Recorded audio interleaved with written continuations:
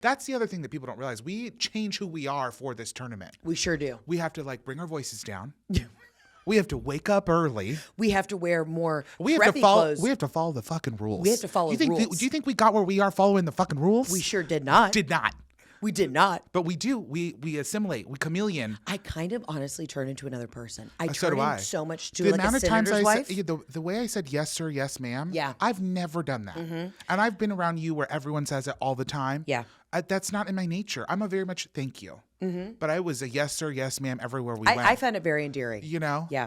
Yeah, you do. When you meet people out there, if anybody is honestly over the age of 40, it's yes ma'am, yes sir. You know what? I don't want to send one more fucking audition tape in. I want you to follow me around Augusta and see how I behave. And then you'll know that I deserve a fucking Oscar. I agree with you. And if we could have brought in cameras, that was the other thing. The first year we went, it was such a big deal. They had the Masters sponsored videographer following us around. Yes. And I did content for them. Right. And then they never asked me to take another photo again. I don't know. Our outfits this I don't year, know who we offended that first year. We didn't offend anybody. They posted it. I don't understand. I think they're waiting for bigger outfits stars. Were on 10.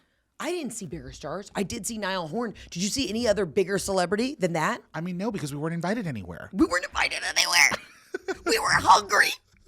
We were sober and we weren't invited anywhere. We were invited to lunch on Saturday with one of my friends on the course, but it was like I mixed up my ticket, so we didn't get to go. So we were invited to that, but then we didn't end up going because I dropped the ball. But it's fine. But even that, like, it didn't happen. We still haven't experienced anything. I'm just saying the first couple of years they used to follow, remember, it was the biggest deal that the Jonas Brothers came. And we were 3 hours late to like following one of our buddies because the Masters crew kept us because they were like, we had to meet at the tree at noon, right? Yes. And we didn't get to see our friend tee off because they were like, we have to get this footage. Yes. And I was kind of doing a deal with them or whatever. Yeah. And then the Masters famous videographers followed us around. And that's the only way you can get photos. You can't bring in a camera, can't bring in a phone.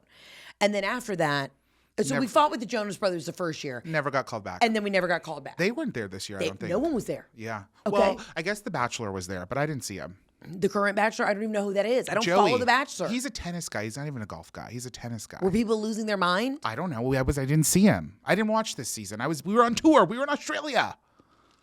We're world travelers, okay? I feel like that the Masters, at least Augusta National, should be like, we'd love to take your photo. I had a lemon dress on. I had an azalea. I had a dress, or a little short set with the actual flower that is the mascot of the whole fucking tournament. You did. I'm upset. I wore this Masters People green were outfit. Like, where's the content? I'm like, we couldn't bring any content. Get we any. didn't have the official camera crew following us around. No, we had nobody. No, we literally had no one. We only had each other. We had each other.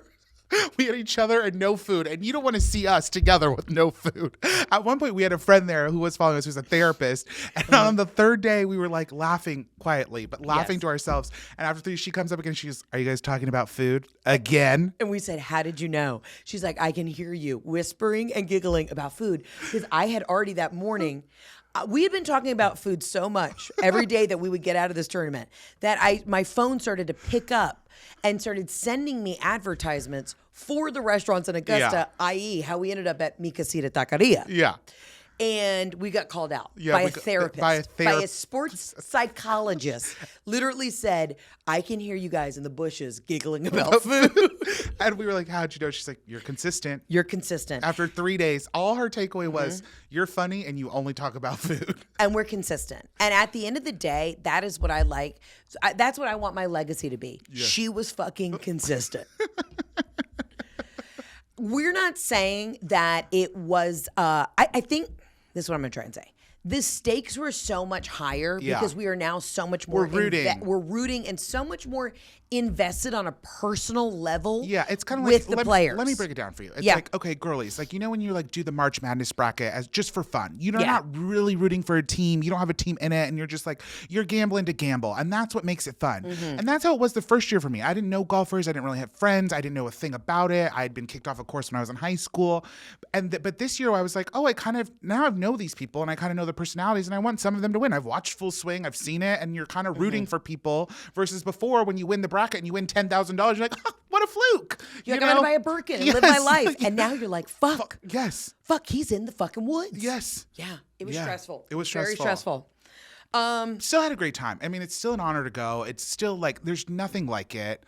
It is one of those things, though, when I realized the one downside of being in entertainment is that we don't have those corporate connections. Oh, we don't. Everybody rolling out of this special elitist area called Berkman's Place with their, their perfect azalea drink, and that they have their big hot steaming cheeseburger. Not that I was following anybody trying to get a whiff. I realized this is where I messed up not being in corporate America. Yeah. That I'm not the head of IBM. Or maybe I'm not the head of AT&T. You know what I mean? I'm not running the marketing for, I don't know, the mattress factory. So I'm not getting the exclusive Berkman's invitation. No, we're not. But also maybe it's because we tell jokes about our buttholes that we're not sponsored by these big corporate companies. Listen. But it doesn't make sense to me because I know other entertainers that were there who used to be addicts and they were invited. Okay? And I haven't succumbed to addiction yet. So I should still be on the list to maybe get a sponsorship.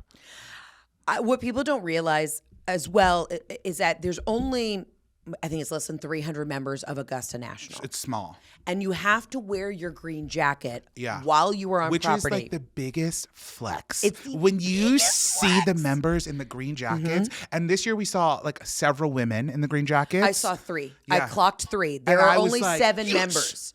And there was one lady I was about to go up to and just shake her hand and say, really lovely to see a woman in the green jacket. And then she spoke Spanish. And I was like, lo siento, And mi she said, español es muy malo. gordita comida. And then I said, have you been to mi casita taqueria? But I think she was Spanish Spain, not Spanish She Mexico. was. It was a little Castilian. I could feel I could hear the Barcelona. Barcelona. España. Ibiza. So I was excited to shake her hand. Yeah. And I thought it was going to be a P2P, pussy to pussy, powerful woman to powerful woman conversation. And then I realized I do not speak Spanish well enough to have a conversation with this woman in the green jacket. No, you did not. I But did no, not. the green jackets are cool. They are cool. It's really cool. It's such a hard flex. Yeah. And you know what I was thinking about? It's kind of like, it's like the varsity jacket. Yes. When you were in my high God. school. Yes. Dude, if you were a track star and you rolled around and you had like your pins from nationals. Yes. Dude, that is all it is. The badges. All Augusta National is the cool club for adults who make a fuck ton of money. Correct. It's not the Illuminati. No. It's not. No. No. No. We did meet a new guy. Another member on the Another last member day. on the last day who said he had been to one of our shows, which made us panic. My skin crawled. I was like, the person you saw on stage is not the person here right now. Because again, I'm acting. I'm giving you streep right now on this course. Literally, we were I was Steel panicked. Magnolias. Yeah. Steel Magnolias refined. Yes.